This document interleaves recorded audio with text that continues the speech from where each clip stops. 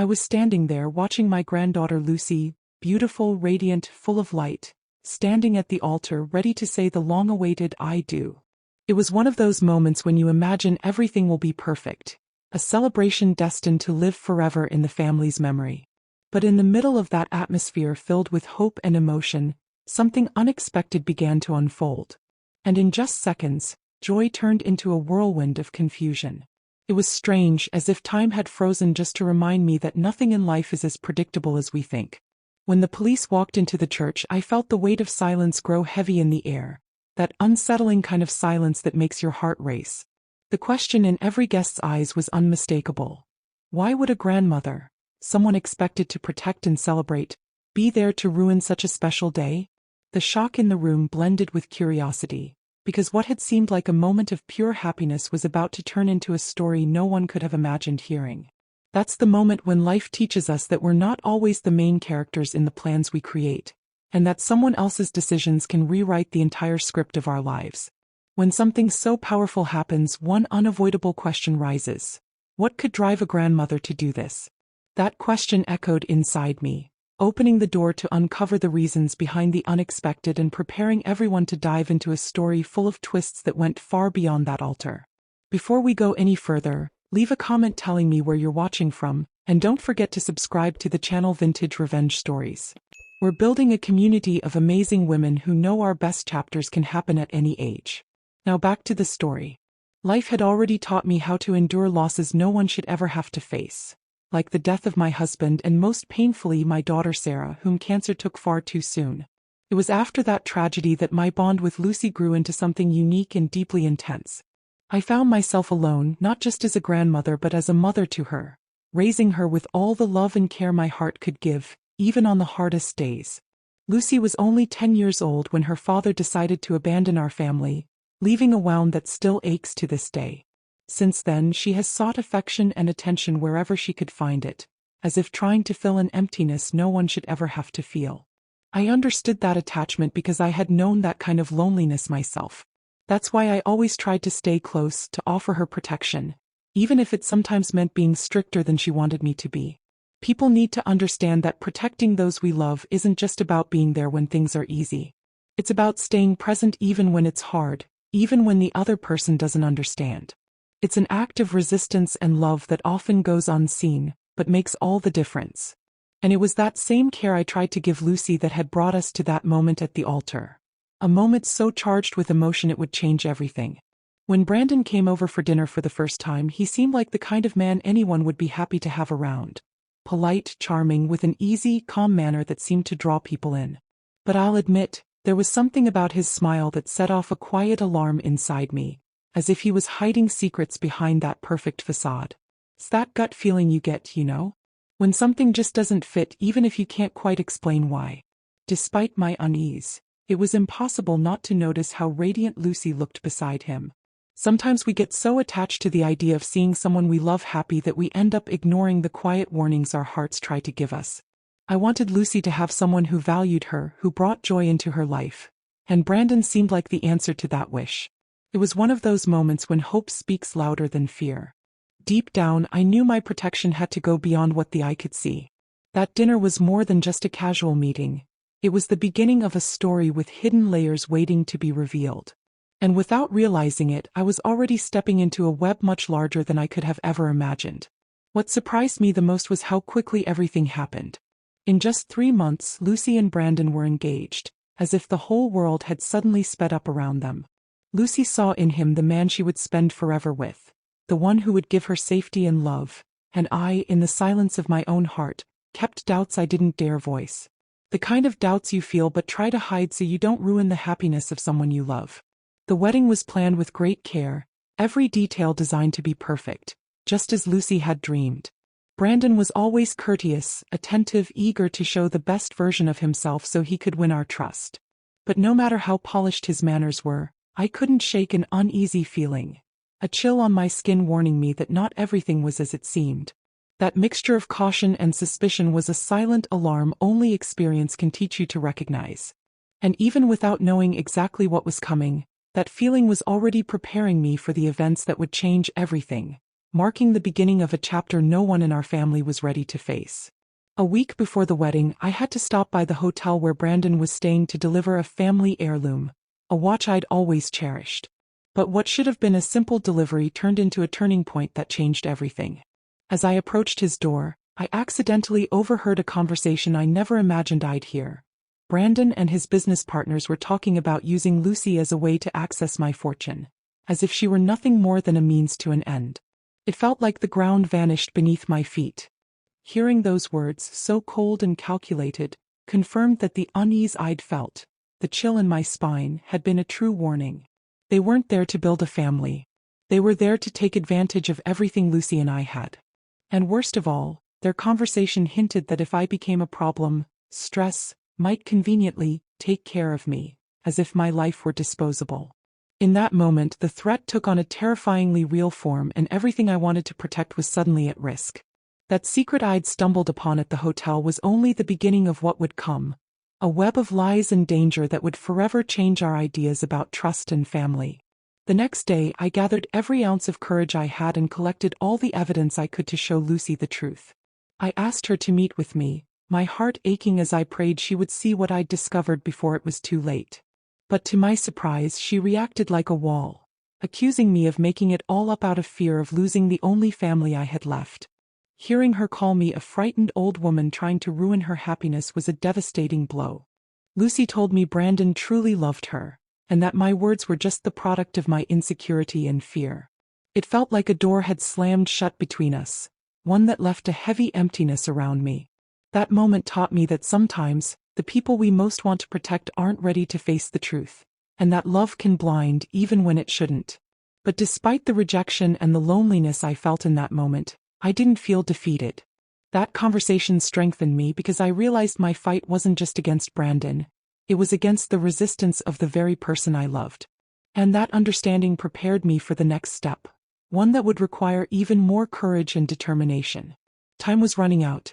I had just 6 days before the wedding, a short deadline that left me no choice but to act quickly. I sought more evidence, enlisting the help of an accountant to analyze financial records, hiring a private investigator to dig into his background, and calling in a favor from a police officer friend who understood the delicacy of the situation. Every single one of them confirmed my suspicions. Something was wrong, terribly wrong. The challenge was turning those suspicions into solid proof. Without a clear crime, no one could act, and Brandon knew exactly how to protect himself. He was careful, meticulous, a master at hiding his intentions, leaving behind almost no trace that could be used against him. It was as if he was playing a game where invisibility was his greatest weapon. That race against time showed me how often justice and truth depend entirely on persistence, even when the system feels too slow to protect the people we love. That urgency only grew stronger, pushing me to keep searching for ways to save Lucy before it was too late, because I knew the danger was closer than ever. On the eve of the wedding, my heart was a storm, and my last hope was to appeal to Lucy directly. I called her and asked for just one simple thing: to demand real proof about Brandon's business dealings, so she could see for herself the truth hidden behind appearances.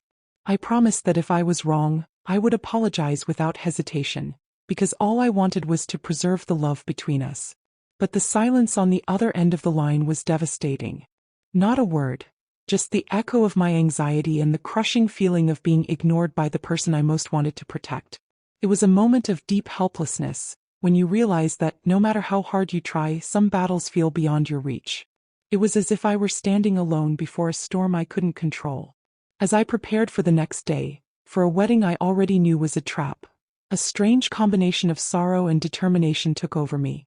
I couldn't give up, even though it felt like everything was against me. That moment was the final chapter before an inevitable confrontation that would change our lives forever. 2 hours before the ceremony, my phone rang.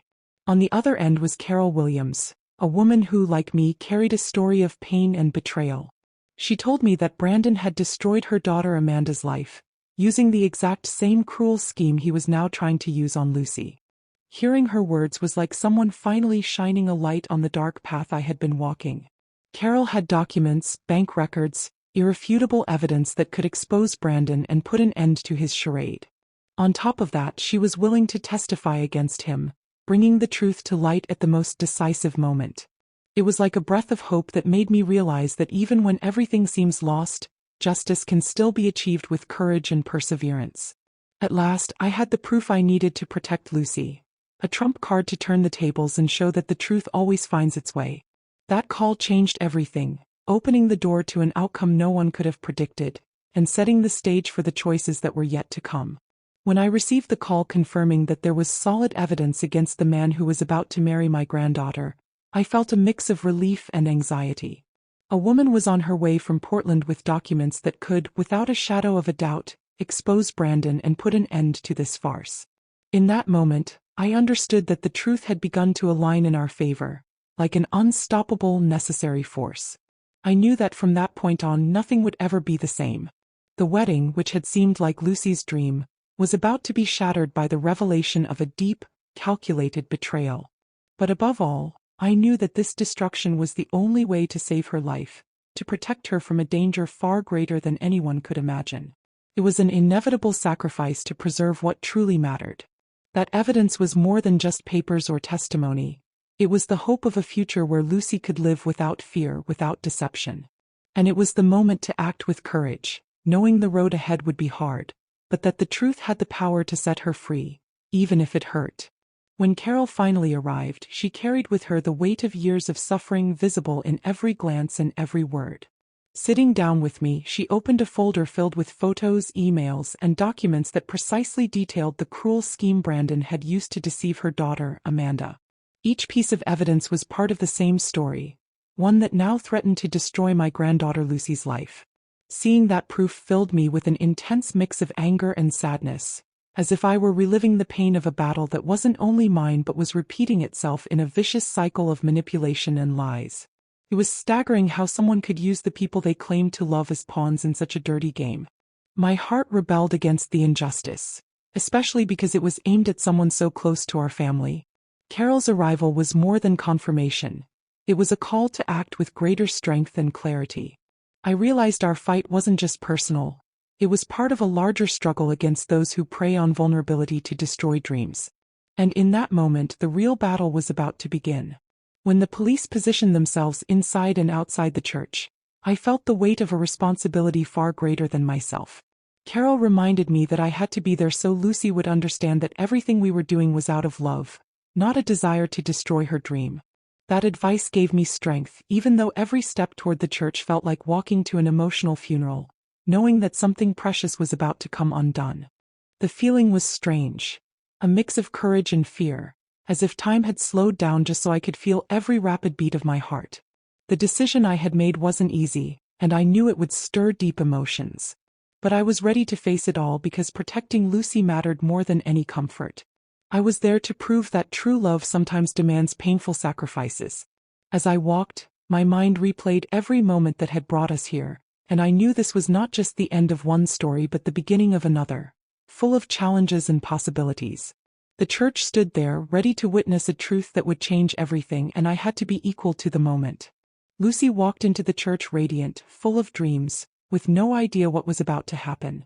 The air was thick with hope and joy, as if nothing could break that long-awaited moment. I watched in silence, my heart tight, knowing the moment of truth was about to arrive, and that what followed would change everything. When the priest asked for her answer, a heavy silence filled the church, until the detective interrupted, walking in with authority and announcing Brandon's arrest right there at the altar. It was as if the ground vanished beneath our feet. Tension exploded in an instant, leaving everyone breathless. The shock on Lucy's face, mixed with the look of betrayal, told me exactly how deeply this revelation had struck her. In that instant, both her life and mine changed forever. The wedding's interruption wasn't just a legal act. It was the awakening of a truth that had been carefully hidden. Her reaction, raw and human, showed that the road to healing and rebuilding was only beginning. As Brandon was led away in handcuffs, Carol stepped forward, met Lucy's eyes, and told her that this man had already destroyed her own daughter's life with the same scheme. Those words sliced through the silence like a blade, revealing a reality Lucy wasn't ready to hear, but needed to face. It was living proof that this wasn't an exaggeration or paranoia. Then, in a steady voice, I told her I had uncovered Brandon's plans days earlier, that he intended to use me to gain access to our money. I recalled every detail of the conversation I had overheard at the hotel, so she would understand this wasn't about jealousy or fear of being alone. I needed her to see that my fight wasn't against her happiness, but against the trap he had set. Slowly, I saw the resistance in her eyes begin to break, like someone finally piecing together a puzzle that had always been in front of them. There was still pain and confusion, but also the beginning of understanding that my actions, however harsh they seemed, were driven by love and the will to protect her. Lucy took a deep breath, as if letting go of a burden she had carried for too long, and told me she had misjudged me. She admitted she had been in denial, clinging to the idea that Brandon was everything she had ever wanted because it was easier than facing the truth. Hearing that hurt, but it was also like opening a window after years in a suffocating room. I looked into her eyes and told her she deserved to be loved by someone who saw her true worth, not someone who saw her vulnerabilities as an opportunity to exploit. I explained that real love doesn't feed on the other's weakness, it strengthens them. I needed her to know that what had happened didn't define who she was. It revealed the strength she had to rise again. It was a painful moment, because realizing you've been deceived always is, but it was also the start of healing.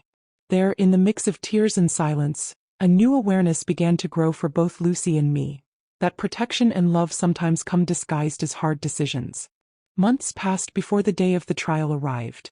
Brandon walked into the courtroom with the same arrogance as always, but this time without the control he once thought he had. The evidence was irrefutable, and it didn't take long for the judge to hand down the sentence: 8 years in prison. It wasn't just a legal victory, it was an emotional release for all of us. Lucy, who had suffered so much, was already showing clear signs of rebuilding her life. She went back to work with more confidence, threw herself into therapy, and began rediscovering simple pleasures that had once felt distant. One day, with a shy smile, she told me she had gone on a date, and felt alive in a way she hadn't in a long time. When she told me she was better than ever, I knew those words carried more than happiness, they carried freedom. It wasn't just Brandon who was behind bars. It was as if the invisible chains of fear and manipulation that had bound her had finally broken for good. A few weeks after the trial, Lucy asked me a question that still echoes in my mind. Do you regret setting everything up to have him arrested on the day of the wedding? I knew my answer had to be honest and direct. I told her my only regret was the public humiliation she suffered that day, but that when faced with the choice between her temporary pain and the complete destruction Brandon would have brought, I would never have hesitated. She stayed silent, her eyes brimming with tears, not of sadness but of a deeper understanding. I explained that sometimes love isn't about pleasing someone or shielding them from all pain, but about having the courage to bear their anger or misunderstanding to save them from something worse.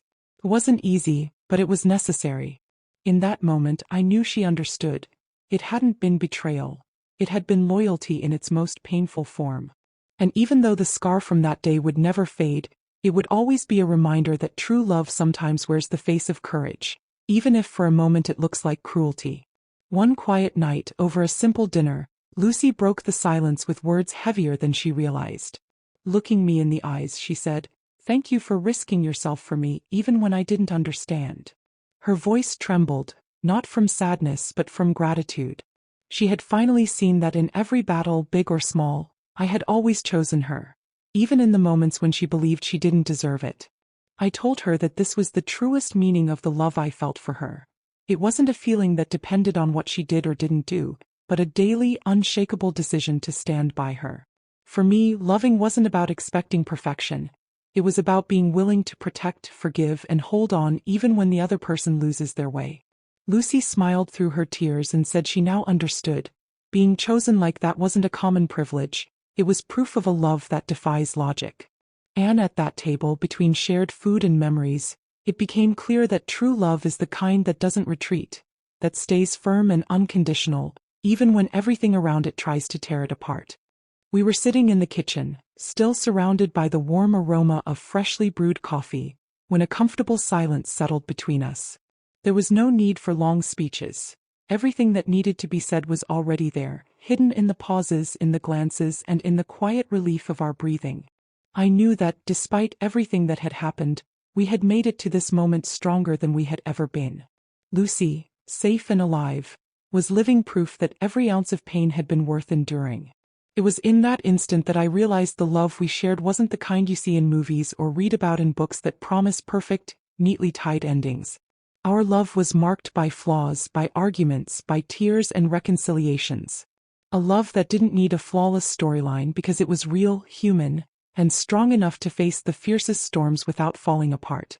Deep down, this was the kind of love we're all searching for, even if we don't admit it. The kind that chooses to stay even when leaving would be the easier choice.